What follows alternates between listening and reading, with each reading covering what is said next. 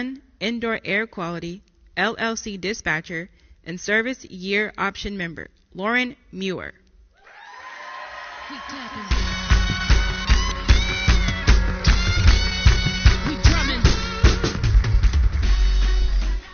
Good afternoon. My name is Lauren, and I am an 18-year-old currently enrolled in the Maryland Service Year Option with Anthony & Son. This is an HVAC company, and I am honored to be working as a dispatcher apprentice in Rockville, Maryland. I grew up in Montgomery County and graduated from Seneca Valley High School this June in 2024. It is currently the largest high school in the state of Maryland, and I earned an additional degree of International Baccalaureate Career-Related Program. For me so far, this program has given me the opportunity to help people and provide them the best service we can, and in the process, giving back to my local community.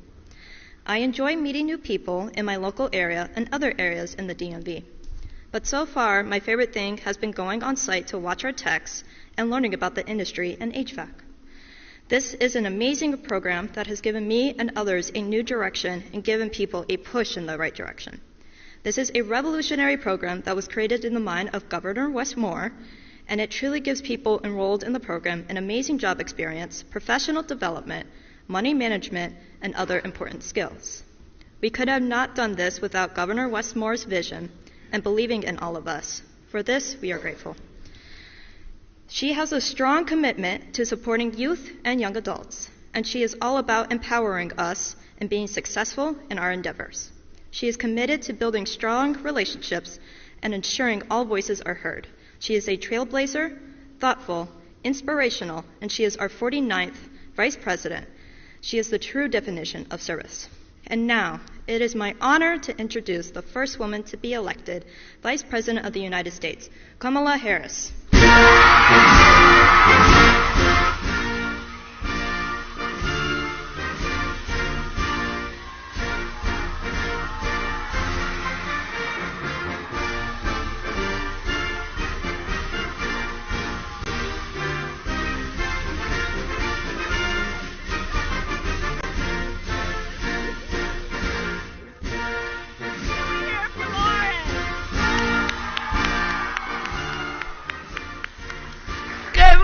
Everyone, have a seat, please. Good morning. Oh,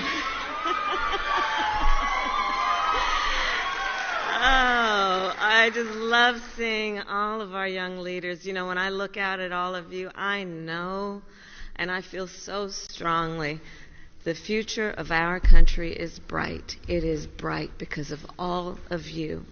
And I want to thank Lauren for her kind words and her commitment to your community, Lauren, and for the example you are setting. It is so good to see all of you. So, well, you know what? So let me start with just what has happened actually yesterday before I begin my other comments about the horrific shooting yesterday in Madison, Wisconsin. Of course, it's another school shooting. Another community being torn apart by gun violence. And of course, our nation mourns for those who were killed, and we pray for the recovery of those who were injured and for the entire community. But look, as we hold our loved ones close this holiday season, we as a nation must renew our commitment to end the horror of gun violence, both mass shootings and everyday gun violence that touches so many communities in our nation. We must end it, and we must be committed to have the courage to know that solutions are in hand, but we need elected leaders to have the courage to step up and do the right thing.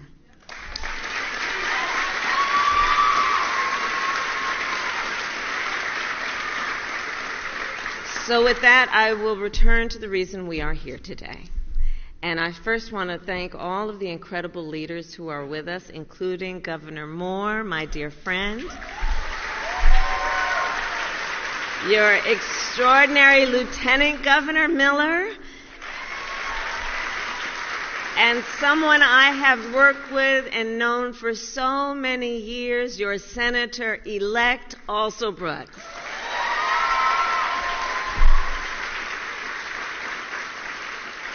And to all the young leaders who are here, I thank you for your service to the people of Maryland.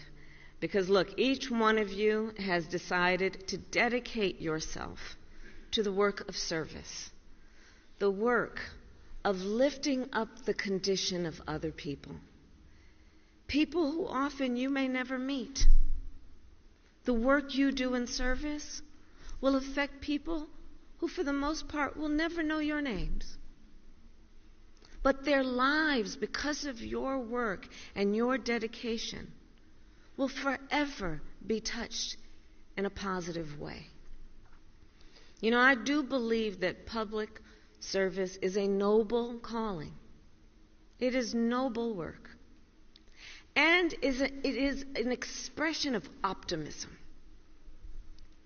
which is you know and believe, and it is being verified to each of you every day, that the work you do that can lift people up has effect. It matters. Your work is about the optimism that comes with knowing that one individual can make a difference in the lives of so many people. And God knows when you have a whole group like this doing it together, the impact you have on our nation and by extension the world. So today I came by to express my gratitude for the work you, like so many across our nation, have been doing to lift up our fellow American. And I am here to reaffirm our shared commitment to the work ahead. You know, over the past several weeks, since the election, I have received tens of thousands of letters from people across our nation, many of them young leaders, Americans from every walk of life, people of every age, race, faith, and political party. These letters share a common theme.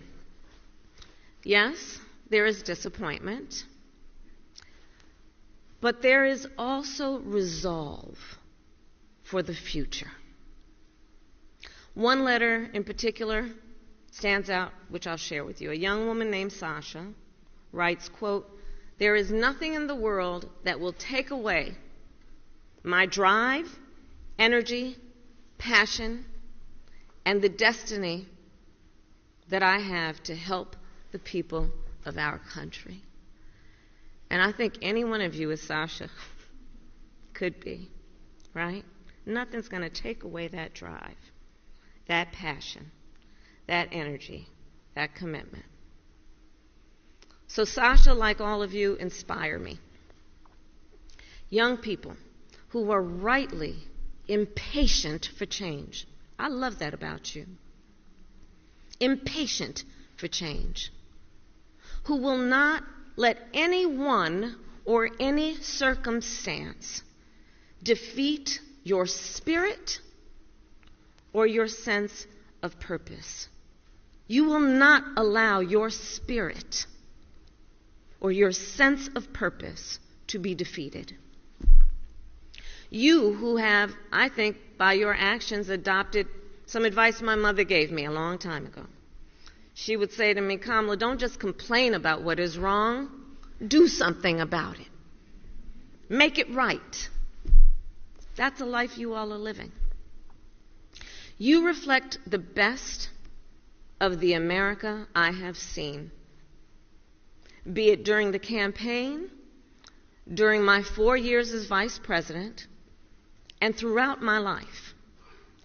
An America where we recognize that we are all in this together, that no matter our background, we share the same dreams, aspirations, and ambitions for ourselves and our family. That we all have so much more in common than what separates us. That is our knowledge. An America where we are guided by the ideals that have always defined us when we are at our best. dignity, and decency, fairness, freedom, and opportunity for all. An America where we recognize that the true measure of the strength of a leader is not based on who you beat down, it's based on who you lift up.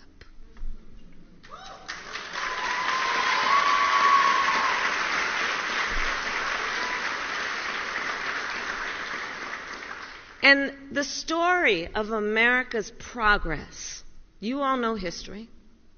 The story of America's progress, when we have made progress, in many ways is the story of people who stayed true to their ideals, even in the face of difficulty. The story of Americans who, yes, faced disappointment, but did not grow weary. Did not grow weary. Who faced setbacks, but did not give up. People who refused to let the light of America's promise dim or burn out in moments of challenge. The movements for civil rights, women's rights, workers' rights, the United States of America itself would never have come to be if people had given up their cause after a court case or a battle or an election did not go their way. What Sasha wrote and what we here know is that in moments like this, the true test of our character is how resilient and persistent we are to pursue the future that we all can see. The true test of our commitment is whether, in the face of an obstacle, do we throw up our hands or do we roll up our sleeves? And as we approach,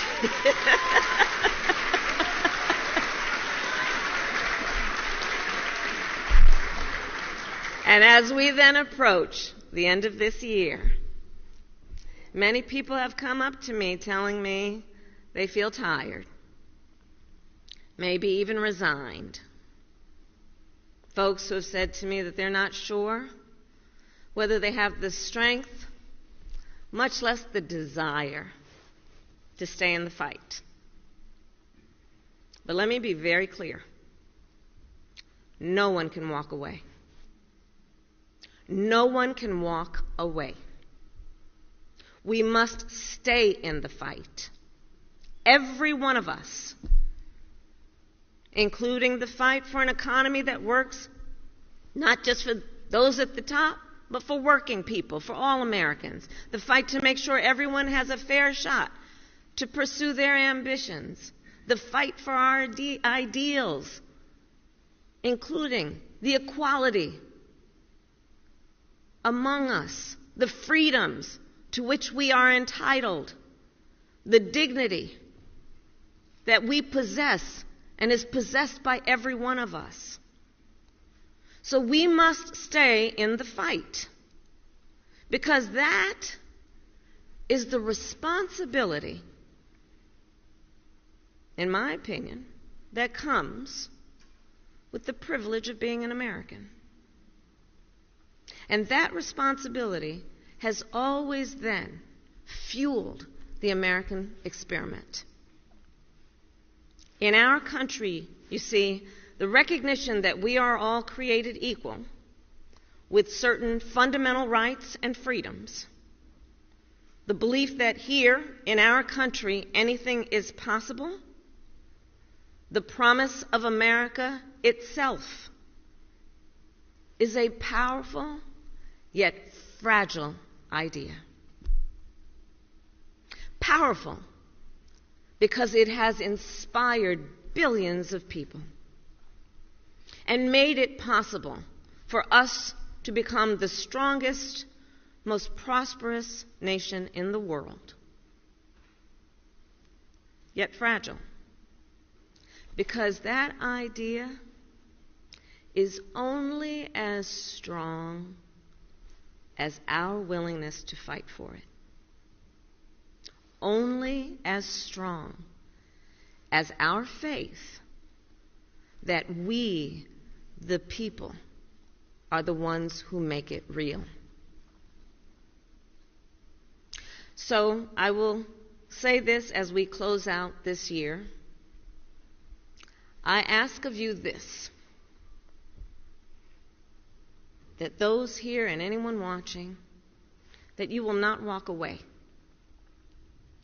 that you will stay true to your spirit and your sense of purpose, that you will continue to fight for the promise of America. And I ask you to remember the context in which you exist. Yeah, I did that.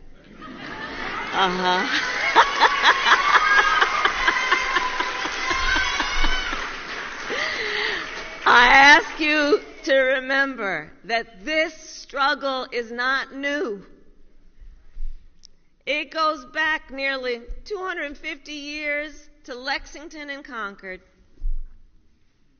Generation after generation, it has been driven by those who love our country, cherish its ideals, and refuse to sit passive while our ideals are under assault. And now this fight to keep the light of America's promise and to ensure it burns bright, well, this fight now, it continues with you. You are its heirs. We are its heirs. So I'll end with this. Get some rest over the holidays. Spend time with the people you love. You know, I believe family comes in many forms. There's family by blood and there's family by love. I urge you then, after you have had some rest, in fact, I challenge you to come back ready